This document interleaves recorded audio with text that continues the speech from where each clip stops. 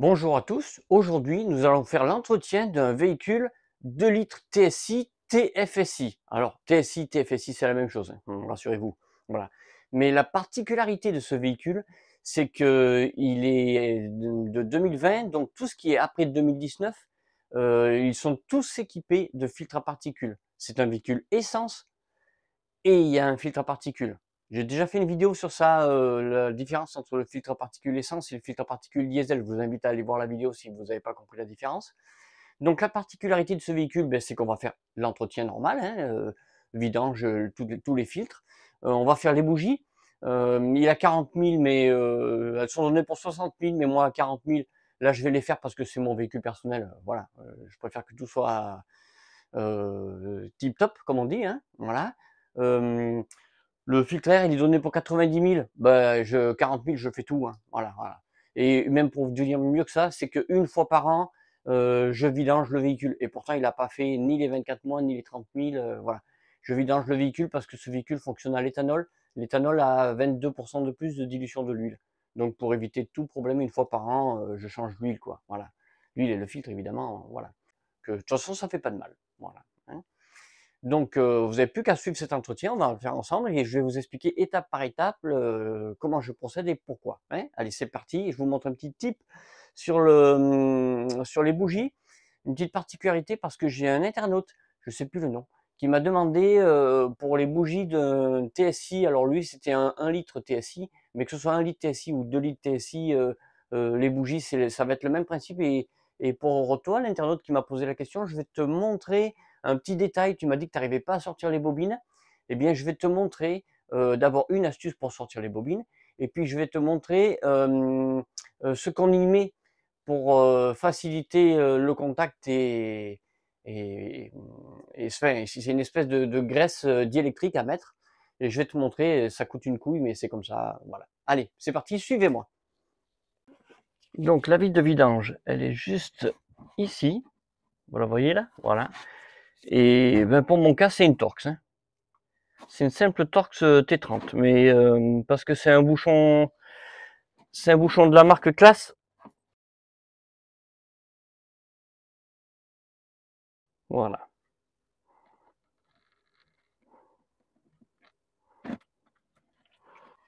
Allez, on laisse couler, on laisse vider. Pour l'instant, on va s'occuper du dessus. Pendant que ça s'écoule, on va s'occuper du filtre à air. On va déposer le filtre à air et le changer. Alors, en tout premier, il nous faut une pince. Voilà. Celles-là sont bien parce qu'elles se verrouillent en position ouverte. Et ça fait qu'on peut lâcher le collier et il ne se referme pas. Bon, ça c'est un détail. Allez, je vais défaire le filtre à air.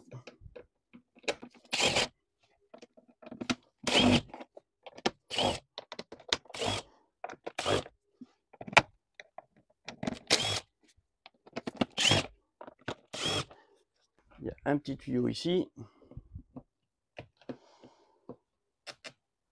Voilà. Impeccable. On peut ouvrir la boîte à air.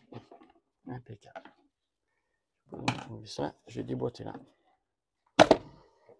Très bien.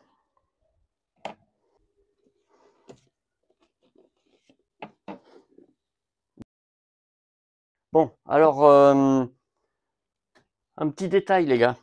C'est que je vais souffler ici, là, toute cette zone là.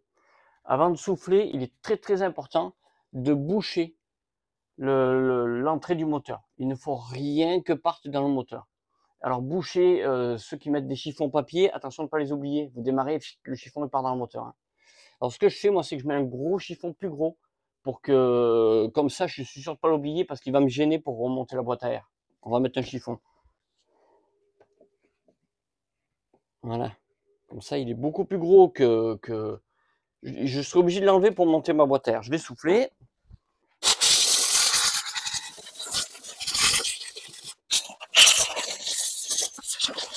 Franchement, c'était pas très sale.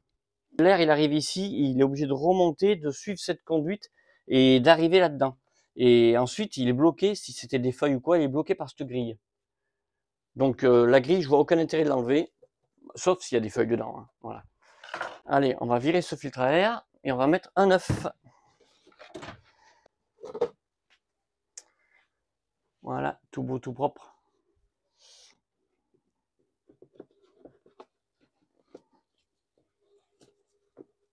Impeccable, impeccable. Et là, on n'oublie pas le chiffon. Parfait. Et on peut tout remonter.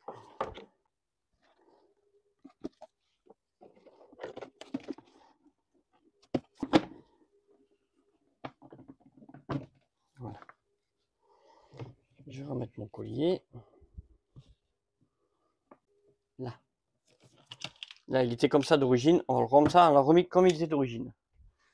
Impeccable. Et je vais revisser ici. Alors, je vais baisser la puissance de ma clé parce que ça sert à rien de serrer comme des fous. C'est du plastoc. Hein.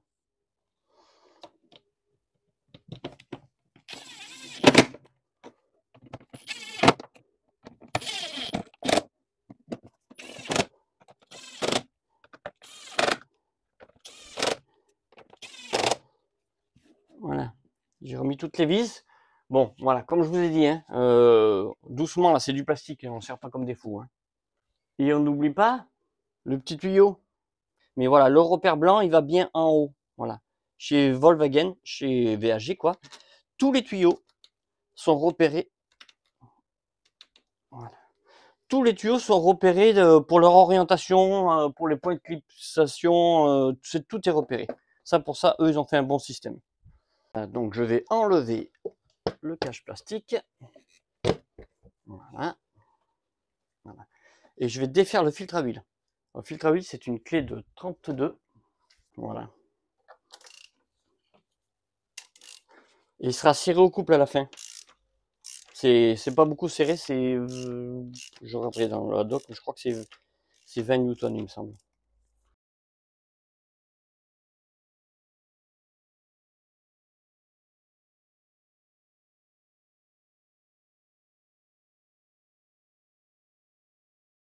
Alors vous avez peut-être pas entendu, mais à partir du moment où j'ai ouvert le filtre à huile, dans le bac à huile là-bas dessous, là, là où j'ai ouvert la vidange, eh bien ça s'est mis à couler. Et vous avez vu qu'ici c'était plein et hop, ça s'est mis à baisser. Donc ça veut dire quoi? Ça veut dire que tant que c'est ouvert dessous, il faut changer le filtre à huile. Si vous ne changez pas le filtre à huile pendant cette étape, eh bien vous gardez de l'huile pourrie dedans, quoi. Voilà, le jaune neuf. Allez, on enlève le vieux.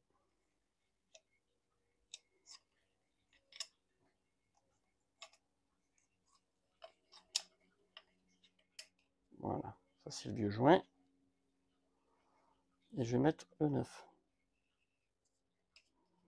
Je vais le mettre sans le blesser à l'outil, sans outil. Voilà. Voilà, parfait. Le joint il n'a pas l'air tordu, qu'il n'y ait pas de torsion dedans, on est bon. Allez. On va mettre le filtre neuf. Alors,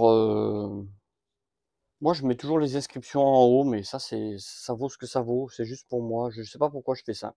Il y a des fois, il y a des choses on voit bien. Voilà.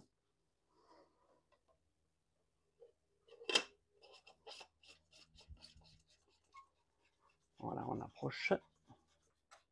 Voilà. Le couple de serrage, ils disent quoi? Filtre à huile, 25 Nm.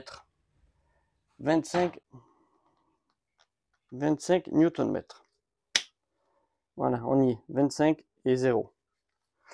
Comme ça, on sert vraiment au couple prescrit. Voilà. Vous entendez la clé? Quand elle saute comme ça, qu'elle clac-clac, c'est que c'est fini. Hein. C'est assez serré. Comme le constructeur le préconise. Allez, ça c'est fini. Allez, on va passer aux bougies. Alors, on appuie sur la prise, on déverrouille et on tire. Là, elle est déverrouillée. On appuie sur la prise, on appuie pour déverrouiller et on tire. Là, elle est déverrouillée.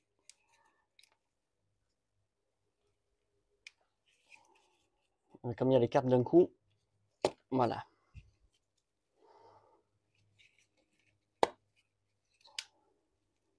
Après, c'est le faisceau électrique qui me coince, c'est normal, c'est ici, ici, ici. Allez, on va le défaire.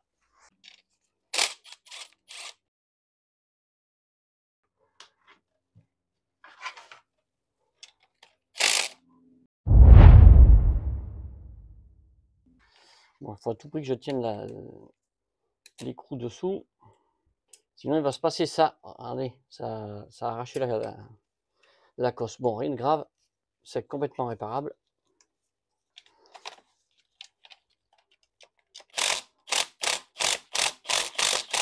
Allez, aux autres.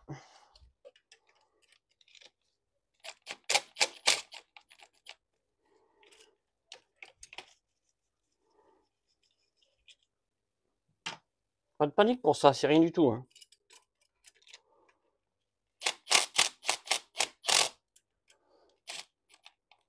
Voilà.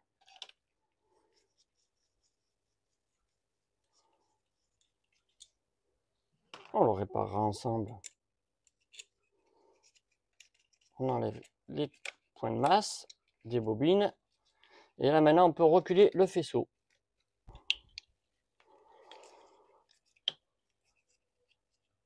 Là, on est bon. Maintenant je vais enlever les vis des bobines.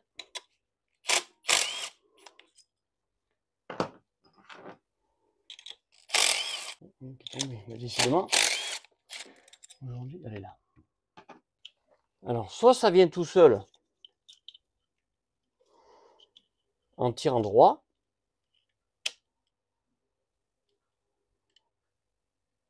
Bon, ça vient tout seul pour moi, voilà. Et si ça vient pas, vous glissez un Riesland là. Vous glissez un Riesland ici là. Et avec le Riesland, vous pouvez tirer. Voilà. On va voir si les autres ils viennent pas, on va faire ça. Celui-là qui est un peu dur, je vais vous montrer. Donc un simple Riesland que l'on passe derrière la bobine, hop, voilà, la lier, et ensuite il n'y a plus qu'à tirer. Voilà, et j'ai rien cassé. Et on tire d'aplomb. Hein.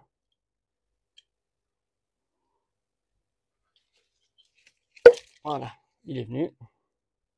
On tire d'aplomb. Bon, pour pas que ça tire trop de travers, je tiens avec mon pouce un peu là. Ça force, hein. Voilà, ça y est. Ils sont tous venus impeccables. Maintenant, on va pouvoir s'occuper des bougies.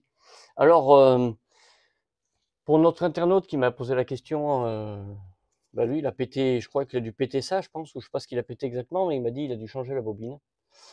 Bah tu vois, ça arrive, hein, regarde, moi j'ai pété la prise ici. Et puis, voilà, tu passes un Riesland ici, tu vois, je l'ai passé vraiment en dessous, là. À cet endroit, il est presque un peu gros, mon Riesland. Et puis, j'ai tiré, voilà. Comme ça, j'ai forcé sans le foutre de travers et sans tout, voilà. Je pense que tu as dû tourner, vriller, je sais pas comment tu t'es débrouillé, mais peu importe. Enfin, voilà, c'était pour te montrer cette technique. Allez, maintenant, on va sortir les bougies. Alors, c'est une douille de 16. 16 et c'est du 12 pans. C'est pas du 6 pans. Hein. Voilà, on met dedans.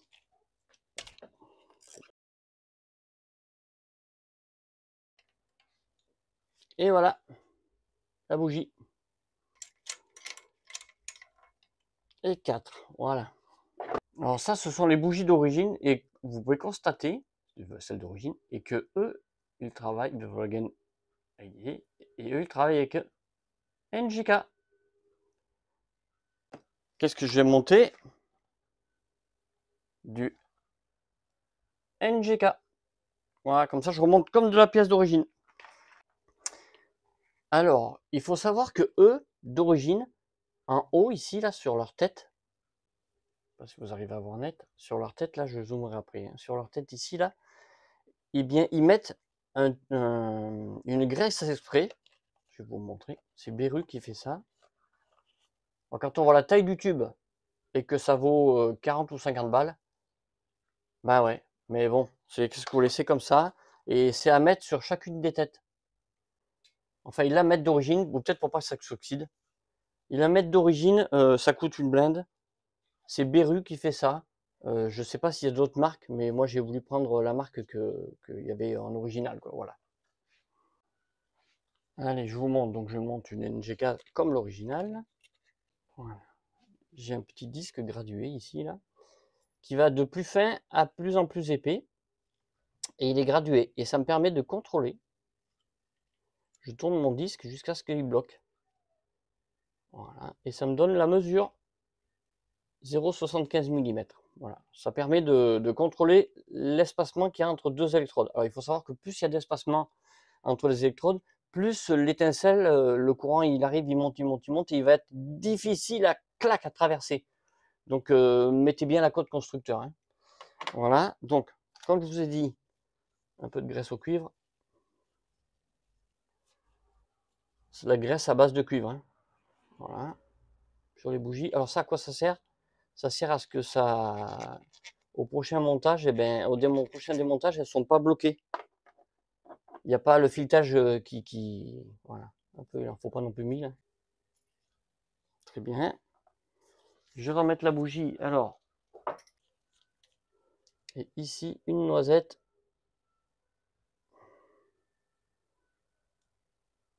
Voilà.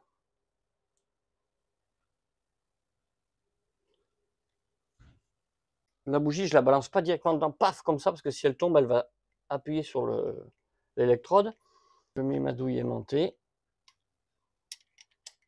Comme ça, elle ne peut pas tomber. Hein. On a beau, voilà, elle ne pourra pas tomber au fond du puits sans que ça tape nulle part. J'ai plus qu'à glisser. Hop. Voilà. Je serre. Voilà, là j'ai approché à la main et je vais serrer au couple. Alors attendez, je regarde. Bougie 30 Nm. Donc je prends la clé à client. Hop. Je vais la mettre sur 30. Et j'ai plus qu'à serrer.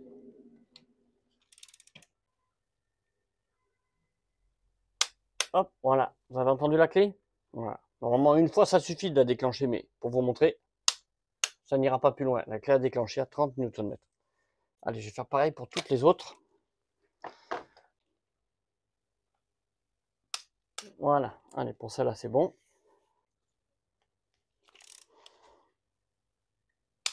Voilà, celle-là, elle est bonne. Au suivant. Alors, au cas où, je vais quand même vous expliquer cet outil-là. Au cas où, il faut jamais prendre le truc et forcer comme ça, là. Jamais, jamais, jamais. Parce que vous allez abîmer les pointes, qui sont celles-là, elles sont en platinium, je crois, ou en je sais plus quoi, là. Laser platinium, ouais, voilà. Donc, il faut jamais, jamais, jamais forcer comme ça et abîmer en l'enquillant dedans et vous allez tordre, vous allez abîmer les pointes. Cet outil, il est fait pour, regardez, j'enquille ici, là, et je peux écarter en faisant levier comme ça, là, sans toucher les pointes. Voilà, c'est ce que je voulais vous montrer. Et là, on contrôle, on est toujours bon. Hop, c'est la dernière des bougies. Graisse au cuivre.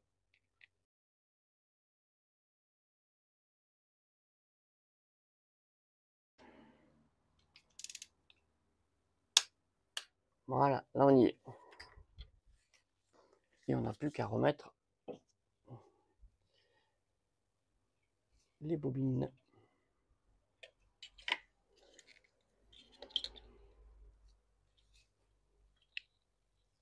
Il y en a qui mettent au bout là, ici une espèce de farine. Là. Je ne sais pas ce que c'est. S'il y en a qui savent, ils peuvent me dire.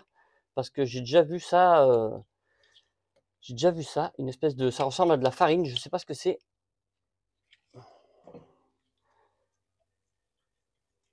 En tous les cas, c'est pas marqué dans la procédure Audi, l'espèce de farine. Hein. Voilà. Bien jusqu'au fond à chaque fois. Voilà.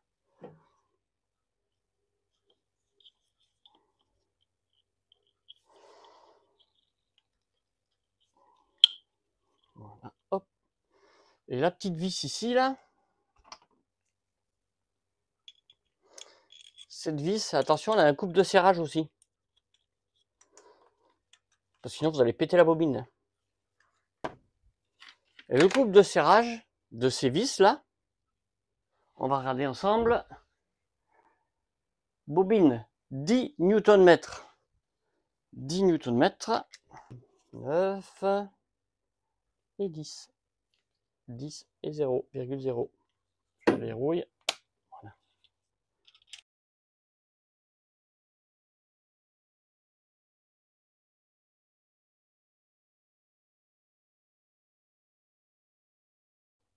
Ben, ça y est, elle est bloquée. Voilà. Je vais réparer lui et eux, je vais mettre un peu de graisse au cuivre là pour que le contact soit meilleur déjà, et en plus pour que ça arrive, ce qui m'est arrivé tout à l'heure. Bon, c'est ma faute, en plus je le savais, il fallait tenir celle de dessous, c'est pas grave. C'est des choses qui arrivent comme quoi dans les ateliers, vous voyez, on n'est pas à l'abri des fois des problèmes. Hein. Voilà, j'ai enlevé leur cosse double sertissage, hop. Un gros tube.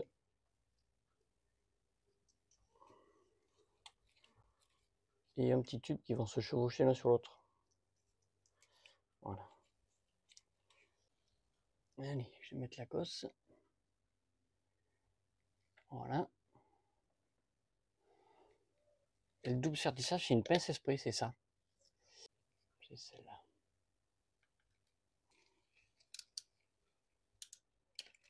Voilà. Hop. Et voilà, on a du double sertissage. Hop, la petite et la grosse. Je chauffe tout ça et c'est bon. Et voilà. Impeccable. Ben là, on est... Regardez, la réparation, l'origine, franchement, hein, pas beaucoup d'écart. Hein. Voilà. Mais j'ai plus qu'à tout remonter.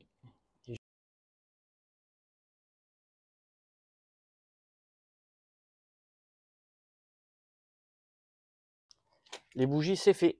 Et avec la réparation correcte. Voilà. Allez, on va pouvoir passer à la suite. Avant de mettre en huile, il faut que je repasse dessous. Faut pas oublier ça. Hein. Je repasse dessous, je referme le bouchon d'huile. Alors je vais vous montrer parce que c'est un bouchon plastique. Et lui, on le ferme jusqu'à ce qu'on entende le clic. On va le fermer, fermer, fermer. Et d'un coup, on va entendre le clic. Quand on entend le clic, c'est qu'il est fermé. Voilà, pour lui, c'est terminé. C'est pas un couple de serrage comme ceux qui ont les carters en alu. Voilà, qui sont à une trentaine de couples de Newton-mètre, je crois, 30 ou 32, je sais plus, ça dépend des modèles. Voilà, là, c'est jusqu'au clic. C'est bien marqué dans la notice, je vous montre. Allez, on passe dessous, on va remettre le bouchon. Pour ceux qui ont des bouchons, c'est Sam qui fait ça. Je vais essayer de vous montrer, voilà. Eux, ils sont prévus avec une clé Torx. Torx. Vous le mettez dedans et terminé. Voilà. Pour ceux qui ont les bouchons d'origine VHG, ça c'est une origine VHG, vous prenez aussi un Torx. C'est le diamètre du dessous, c'est le 25, je crois. 25, voilà. Vous le mettez dedans, clac, et ça fait pareil. Pas besoin d'acheter l'outil spécial, un Torx 25. Vous le fermez parce que ça force pas. Hein. Voilà. Voilà, donc ça c'est un bouchon original Volkswagen, hein, je le mets. Il se visse, hop. Et vous allez voir, je mets la clé. Torx. Et jusqu'à ce qu'on entende le petit clic, je vais essayer de vous allumer la lumière comme il faut.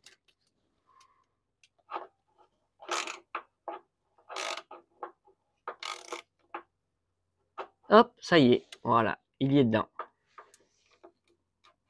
Voilà, il est dedans. Et pour vous dire qu'il est dedans, je vais même vous montrer exactement où c'est qu'il vient s'encocher.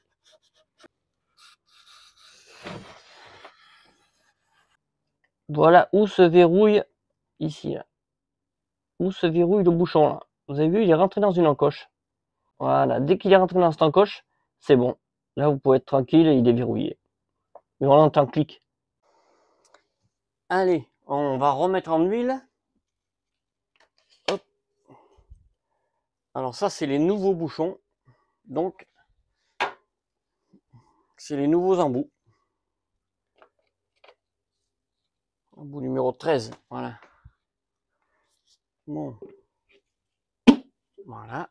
Et c'est du 0,20. Et c'est de la VW508. C'est la norme spécifique pour ce moteur. Hein. Je vous montre.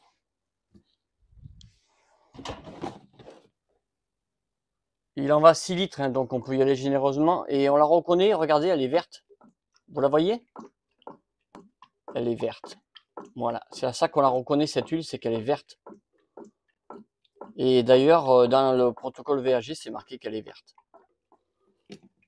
Et pourtant, c'est une huile Motul, la marque Motul, hein, c'est pas une huile Volkswagen, mais dès l'instant où elle a l'agrément pour VAG, c'est qu'elle est compatible complètement pour VAG. Hein. Pour ce moteur, en tous les cas. Voilà, parce que sur ce moteur, il faut ce modèle d'huile. Ces jauges, elles ont des clips là. Voilà. Bon, on n'est pas trop mal là.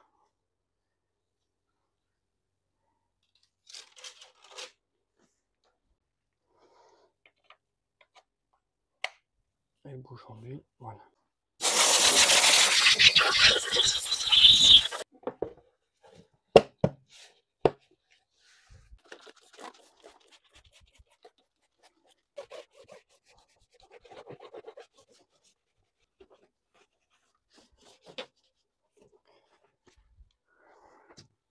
On va passer à l'intérieur, on va faire le réarmement de la vidange, on va faire le changement du filtre habitacle et on va faire le réarmement du TPMS, la pression des pneus.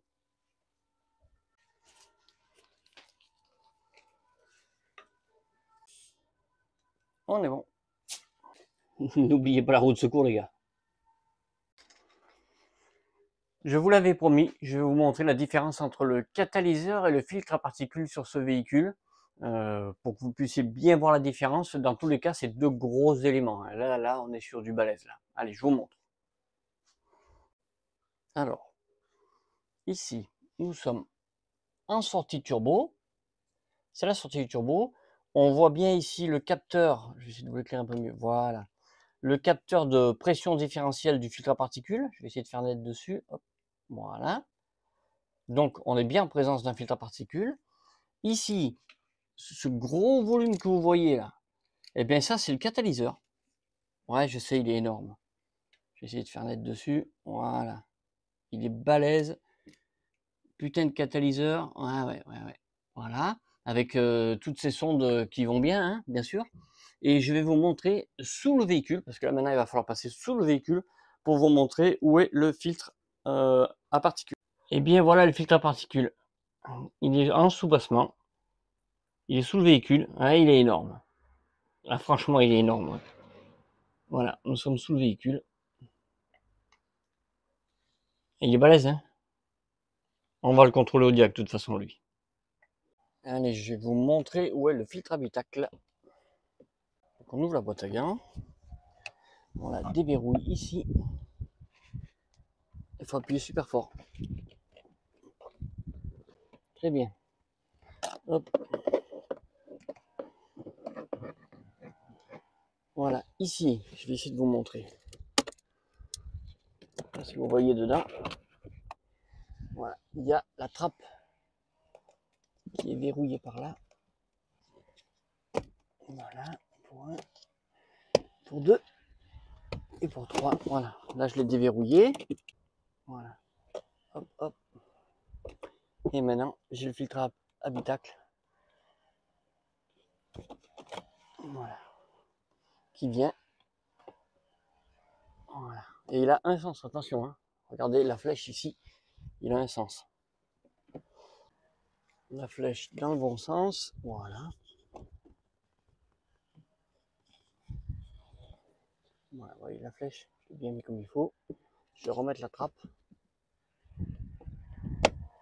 3 points de verrouillage.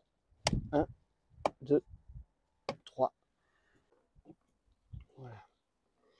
Ça, faut pas oublier ça.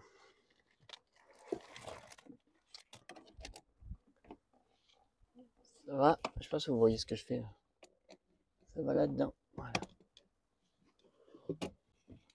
C'est la lumière de la boîte à gants.